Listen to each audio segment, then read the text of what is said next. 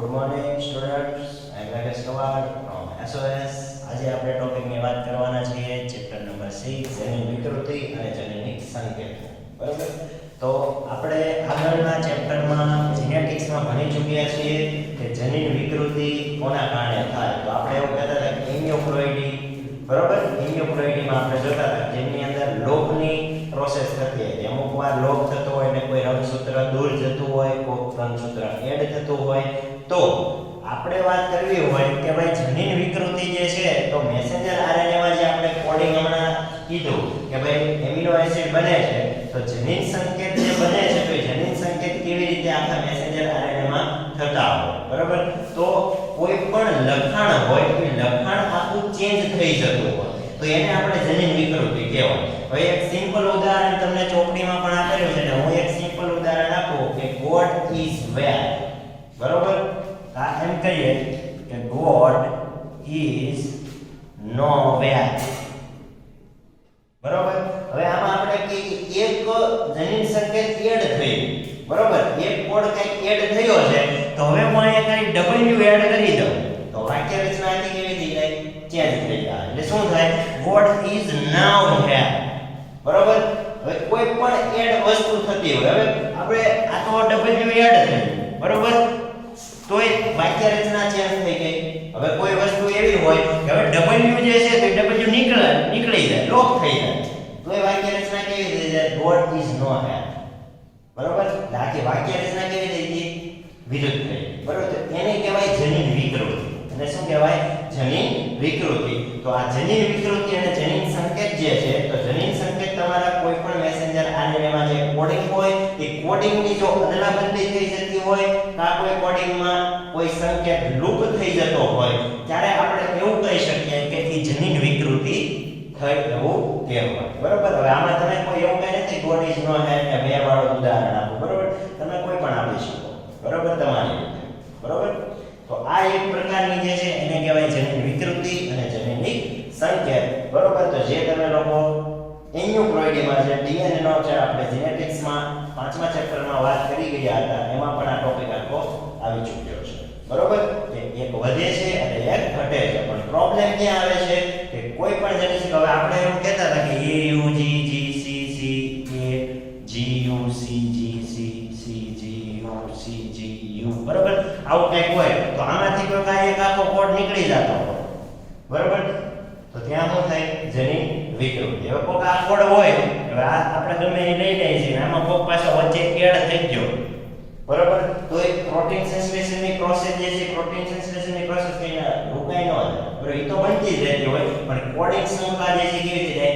Change થઈ જાય. Change થઈ જાય એટલે આપણા શરીરમાં કોઈ પણ પ્રોબ્લેમ આવી શકે. બરોબર, જેવા ઉદાહરણ મોસ્ટ આપણે આપેલું હતું સિકલ સેલ એનિમિયા. બરોબર, સિકલ સેલ એનિમિયાનું આપણે ઉદાહરણ લીધેલું હતું જે આપણે ચેપ્ટર નંબર 5 માં જોઈ રહ્યા છીએ. બરોબર, આખું સિકલ સેલ એનિમિયા. ચાલો ચોપડીમાં જોઈએ હવે આખો ટોપિક. જો કે વિકૃતિ અને જનીનિક સંકેત. તો જનીન અને ડીએનએ વચ્ચેના પરસ્પર સંબંધો વિકૃતિ દ્વારા સરળતાથી સમજાવી શકાય છે. તો તમે વિકૃતિ અને તેની અસર વિશે પ્રકરણ 5 માં અભ્યાસ કરી ચૂક્યા છો. તો ડીએનએ ના ખંડમાં લોપ અને પુનઃગોઠવણીની અસર વિશે સરળતાથી સમજી શકો છો. તેના પરિણામ સ્વરૂપે જનીન કે તેના કાર્યમાં ક્ષતિ અથવા વધારો થાય છે. એટલે એને કહેવાય પોઈન્ટ મ્યુટેશનનું શ્રેષ્ઠ ઉદાહરણ બીટા ગ્લોબિન શૃંખલા માટેના જનીનમાં એક બેઝ જોડમાં પરિવર્તનના પરિણામ સ્વરૂપે બીટા ગ્લોબિન શૃંખલામાં એમિનો એસિડ ગ્લુટામેટની જગ્યાએ વેલાઇન આવે છે. બરોબર, જે આપણે 5મા ચેપ્ટરમાં આખો ટોપિક ભણી ચૂક્યા છીએ. અને પોઈન્ટ મ્યુટેશનના કારણે બંધારણીય જનીનમાં એક બેઝનો ઉમેરો અથવા ઘટાડા વિશે નીચે આપવામાં આવેલા સાદા ઉદાહરણ દ્વારા સરસ રીતે આપણે સમજી શકીએ. જે મેં અહીંયા તમને ગોડ ઇઝ નો વેર અને હેર, બરોબર, એ વિશે આપણે માહિતી આપેલી હતી. તો અહીંયા તમને બીજું ઉદાહરણ આપેલું છે કે આ વાક્ય પર ધ્યાન આપો જે નીચેના શબ્દોથી બનેલ છે, જેમાં 3 અક્ષર આનુવંશિક સંકેતની જેમ જોવા મળે છે. હવે તમને કીધું રામ હેઝ રેડ કેપ. બરોબર, આ એક નોર્મલ છે. તો જો આપણે હેઝ અને રેડની વચ્ચે બી ને ઉમેરીને વાક્યની પુનઃગોઠવણી કરીએ તો વાક્ય નીચે મુજબ વાંચી શકાય: રામ હેઝ બ્રેડ કેપ. બરોબર, આખી વાક્ય રચના કેવી થઈ ગઈ? ડિફરન્ટ થઈ ગઈ. તો એવી જ રીતે આપણે જો બે અક્ષરો એ જ જગ્યા પર જેમ કે બી આઈ ઉમેરીએ તો નીચે મુજબ વાંચી શકાય કે Ram has been an apple. બરોબર. પછી છે કે હવે આપણે એક સાથે ત્રણ અક્ષરો એટલે કે બિગ ને ઉમેરીએ તો વાક્ય નીચે મુજબ વાંચી શકાય કે Ram has big red cap. એટલે ત્રણેય સંકેત આવી ગયા. બરોબર. આખો ત્રણેય સંકેતનો કોડ જે છે કોડ આખો કેવો થઈ ગયો ઉમેરાઈ ગયો. એ ઉમેરાઈ ગયો એટલે આપણે શું થાય જેની વિકૃતિ. બરોબર. તો ઉપયુક્ત અભ્યાસને રેડ અક્ષરને એક પછી એક દૂર કરીને પુનરાવર્તિત કરવાથી આ ત્રણ અક્ષરોનું વાક્ય નીચે મુજબ બનશે. જો એકમાં તો ઉમેર, હવે નીચે આપેલું છે એ બધું શું કરેલું છે લોક કરેલું છે. તો રામ હેઝ એટ એપ એમાં આર કાઢી લીધો, પછી રામ હેઝ ડી એફ અને રામ હેઝ કેપ. બરોબર. એમાં એક એક અક્ષર લોક થતો ગયેલો છે. બરોબર. એકમાં ઉમેરતા ગયા એકમાં લોક થતો તો ઉમેરાય કે લોક થવું. બરોબર. બંને કોઈ પણ વસ્તુ થતી હોય ત્યારે જેની વિકૃતિ આવી શકે. બરોબર.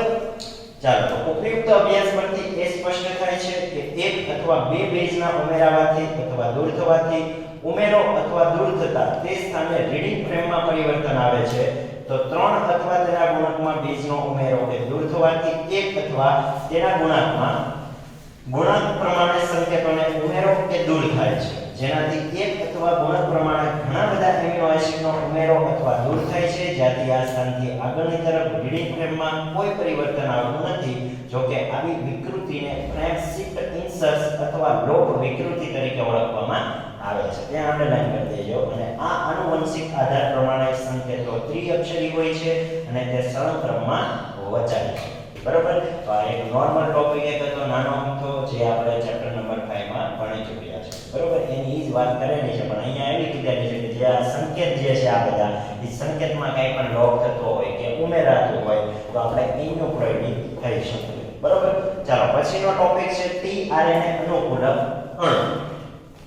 તો એના વિશે આપણે માહિતી લઈએ.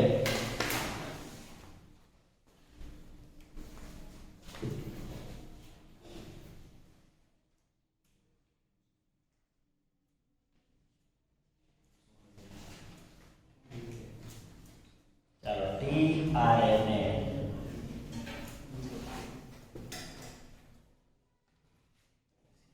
ચાલો તો ટીઆરએનએ જે છે એ ટીઆરએનએ ક્લોરોપર્ણ જેવી રચના હોય એવી હોય ક્લોરોપર્ણ જેવી રચના. એમાં હોય શું એક આખો ડીએનએ જ છે.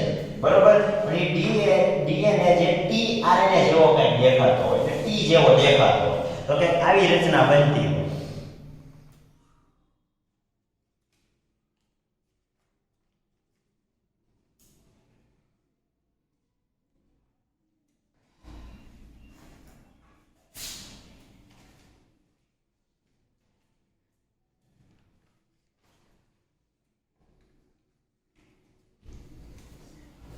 બરોબર. જો આ 5 ડેઝ થી આખો આ કોણ જે આવે છે તે અહીં કયો આવશે 3 ડેઝ. બરોબર.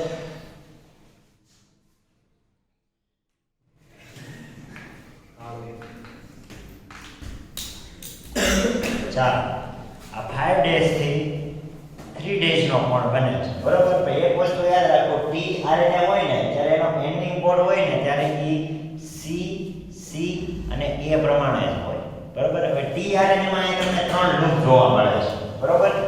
એક આ લૂપ જોવા મળ્યું, એક આ લૂપ જોવા મળ્યું અને એક આ લૂપ જોવા મળ્યું. આ જે લૂપ છે ને એને કહેવાય પ્રતિસંકેત. કયું કહેવાય? પ્રતિસંકેત. આ લૂપ જે છે ને એને સાઇન કહેવાય. બરોબર. ને આ લૂપ જે છે ને એને ડી લૂપ કહેવાય. બરોબર. 3 લૂપ આવેલા હોય ટીઆરએનએ ની અંદર. પહેલું છે ડી લૂપ, પ્રતિસંકેત લૂપ અને સાઇન લૂપ. બરોબર. આ 3 પ્રકારના લૂપ છે ને ત્રણેય વસ્તુ કંઈક અલગ કાર્ય કરવામાં મહત્વનો ભાગ ભજવતી હોય. શું કાર્ય કરતું હોય? તો પહેલા તો આ જે ટીઆરએનએ જે છે તો એ ટીઆરએનએ આખું જે છે એ આપણા ડીએનએ નો જ ભાગ જે છે ને અહીંયા જે આ જે વળેલો ભાગ જે છે એને કહેવાય વેરિયેબલ લૂપ. ના થોડો વળેલો ભાગ હોય. બરોબર. એને કહેવાય વેરિયેબલ લૂપ. આવી રચના તમને એનસીઈઆરટી બુકમાં આપેલી નથી પણ તમારે પહેલા આ સમજવી જરૂરી છે. હવે અહીંયા બધે શું હોય? અહીંયા બધે શું હોય કોડ હોય બરોબર AUG હોય GCU CG ACG CACGCGC બરોબર એવી રીતે અહીંયા બધામાં કોડ આવેલો હોય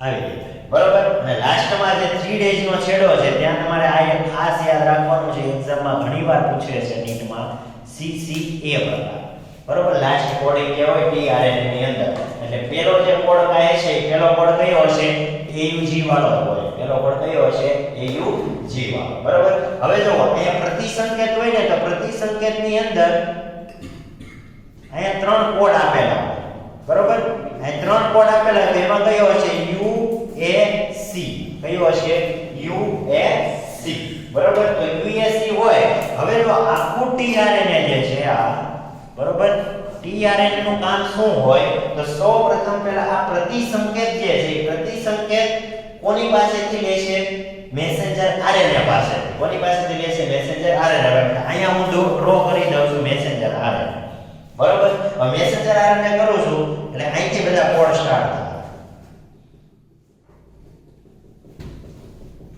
બરોબર આ બધા કોડ સ્ટાર્ટ છે એટલે આપણે અહીંથી કરીએ ભાઈ UAC CGC CGC ACC GC ACG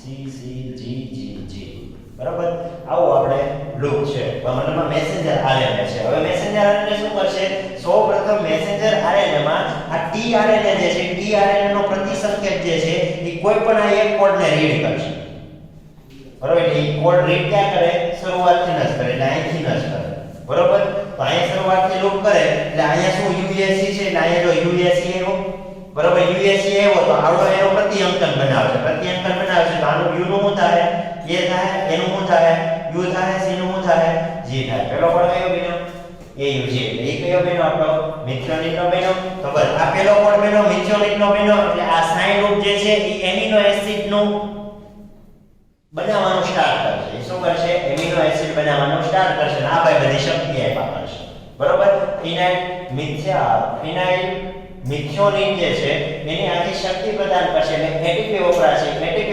એટલે અહીંયા એમિનો એસિડ બનતો રહેશે એટલે અહીંથી બધા એમિનો એસિડ બહાર આવતા રહેશે એટલે આ કયો બન્યો મિથિયોનિન આ એક કોડ રીડ કર્યો હવે બીજો કોડ રીડ કરશે CGC બરોબર તો અહીંયા CGC આવે બરોબર CGC આવે તો C ની સામે શું આવશે G આવશે G ની સામે શું આવશે C આવશે C ની સામે શું આવશે G આવશે બરોબર કોડ કોણે નક્કી કર્યો પ્રતિસંકેતને બરોબર પ્રતિસંકેત કર્યો એટલે એ કેવો બન્યો GCG નો બન્યો તો જોવાનું GCG કયો કોડ બનાવે છે જો GCG કયો કોડ બનાવે છે તો ઈ બનાવશે આપણો જે આ સાઇન જે છે એટલે ઈ બનાવશે આપણું નવું એમિનો એસિડ એટલે કયો બનશે એલેનિન એટલે અહીંયા પાછળ બીજો અહીંયા જોઈન્ટ થાય એ બનશે એલેનિન બરોબર તો આવી રીતે એક કોડ આગળ જતા જશે બરોબર એક કોડ આગળ જતા જશે tRNA એને પ્રતિસંકેત આપતો જશે એટલે એમિનો એસિડ બનતા જશે અને એમિનો એસિડ અહીં થીડે છે એટલે બધા એડ થતા જશે જેમ અહીંથી આગળ જતા જશે એમ અહીંયા આગળ જતા જાય જો કોડિંગ લાસ્ટ આવ્યો જે આપણે UGA કીધો બરોબર તો સમજો કે કોઈ UGA કોડ આવી ગયો એટલે આવવા સ્ટોપ કરી દે એટલે આ શૃંખલા અહીંથી છે ને કટ થઈ જાય ને આવડો આખો એક શૃંખલા બનાવશે એ શૃંખલા જો 20 એમિનો એસિડ ની હશે તો એક પ્રોટીનનું નિર્માણ થઈ જશે બરોબર નકર એવું કંઈ નહીં હોય તો આગળ જઈને બધા જોઈન્ટ થતા જશે પ્રોટીનનું નિર્માણ કરવામાં સરળતા ખાતર આગળ પ્રોસેસ ચાલુ રહેતી રહેશે બરોબર તો આ છે આપણો tRNA જે મેસેન્જર RNA માં કાર્યકર્તા તરીકે મહત્વનો ભાગ ભજવે જેમાં ATP પણ વપરાશે અને એમિનો એસિડ પણ બનતા જશે બરોબર એ બધું કરતું કોણ હોય તો આ સાઇન હોય એ કરતું હોય બરોબર એ બધા લૂપ બધા કાર્ય કરતા હોય ઇઝ ક્લિયર બરોબર તો આને નામ આપેલું છે ક્લોવર પર્ણ જેવી રચના કંઈક જોવા મળે છે જે તમને ચોપડીમાં આપેલી છે એટલે આને આવો શેપ આપેલો છે એટલે એને નામ આપેલું છે tRNA બરોબર તો આ વસ્તુ તમારે ખાસ યાદ રાખવાની છે બરોબર, એટલે પહેલા tRNA આવડશે તો તમને ભાષણ 3 માં આવે ખબર પડશે. હવે આપણે ભાષણ 3 કરવાનું છે કેવી રીતે આખી પ્રોસેસ આગળ વધતી હોય. બરોબર, હવે આપણે આખું જે આપણે આગળ જોઈ ગયા હતા કે પ્રલંબન, બરોબર, પહેલા પ્રાથમિક, પ્રલંબન અને સમાપ્તિ, ત્યાં તો આપણે આગળના ટોપિકમાં જોયા, પાછળ આપણે જોઈ ગયા હતા કે આવડે આવી પ્રોસેસ થતી હોય. પણ હવે ભાષણ 3 ની અંદર કેવી રીતે પ્રોસેસ કરે, કેવી રીતે પ્રલંબન થાય, એમાં કોણ જોડાય અને આ એમિનો એસિડ કેવી રીતે બને છે, એ આખી પ્રોસેસ આપણે નેક્સ્ટ લેક્ચરમાં ભણવાના છે. બરોબર, તો એ પહેલા આપણે આજે ભણેલા છીએ અને ચોપડીમાં જે આપેલું છે એકવાર તેમાં રીડ કરીશું. ચાલો, તો બધા tRNA ચોપડીમાં ખોલીને ધ્યાન આપે. બરોબર, તો tRNA અનુકૂલક અણુ, આ તમને 2 માર્ક્સમાં પ્રશ્ન પૂછી શકે. બરોબર, ને મોસ્ટ આઈએમપી પ્રશ્ન છે, ઘણીવાર tRNA બોર્ડમાં પૂછાયેલો છે કે સંકેતની પરિકલ્પનાના ખૂબ પહેલા સમયથી ફ્રાન્સિસ ક્રિકના મત અનુસાર સંકેતને વાંચવા અને તેનો એમિનો એસિડ સાથે સંબંધ રાખવાની ક્રિયાવિધિ હોવી જોઈએ, કારણ કે એમિનો એસિડમાં કોઈ સંરચનાત્મક વિશિષ્ટતા નથી હોતી કે જેનાથી તે સંકેતને ચોકસાઈપૂર્વક વાંચી શકે. તો તેઓએ અનુકૂલક અણુની હાજરી પ્રસ્થાપિત કરી કે જે એક બાજુ સંકેતને વાંચતા હોય અને બીજી બાજુએથી વિશિષ્ટ એમિનો એસિડ જોડતા હોય. બરોબર, એટલે અહીંથી વાંચતા જશે ને અહીંયા એમિનો એસિડ બનતા જશે. બરોબર,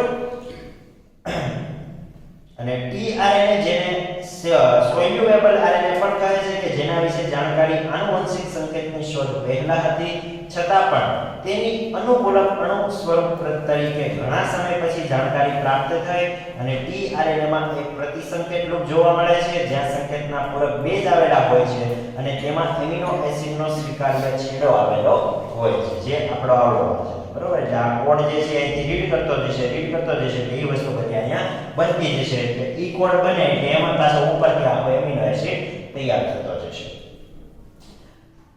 અને સમાપ્તિ સંકેત માટે કોઈ પ્રારંભ માટે બીજો વિશિષ્ટ tRNA આવેલો હોય છે જેને પ્રારંભક tRNA તરીકે ઓળખવામાં આવે છે. એટલે એ આપણો કયો હશે, AUG હોય. બરોબર, અને લાસ્ટ કોડિંગ વાળો હશે તો એ વાળા 3 પ્રકારના સંકેત છે તે હશે. તો સમાપ્તિ સંકેત માટે કોઈ tRNA હોતા નથી, પણ tRNA નું દ્વિતીય બંધારણ દર્શાવેલ છે જે ક્લોવરના પર્ણ જેવું દેખાય છે અને વાસ્તવમાં tRNA સઘન અણુ છે જે ઊંધા L આકારની જેમ દેખાય છે. બરોબર, જે તમને આકૃતિમાં આપેલું છે tRNA અનુકૂલક અણુ. બરોબર, જેમાં ઉપર જે સેરીન જે આપેલો છે, બરોબર, અને પ્રતિસંકેત જે સંકેત મેસેન્જર RNA માંથી રીડ કરે છે એનો પ્રતિસંકેત બનાવશે, જેમાંથી આખો એમિનો એસિડ બનતા જશે. એવા 20 એમિનો એસિડ બનીને એક આખા પ્રોટીનનું નિર્માણ થતું જોવા મળતું હોય. બરોબર, તો આવી રીતે આપણો જે આ ટોપિક જે છે tRNA તે સરળ રીતે પૂર્ણ કર્યો છે. હવે આપણે તમારા લોકોને તૈયાર કરવાના છે, ના ખબર પડે તો કોમેન્ટમાં લખી શકો છો. Bye bye.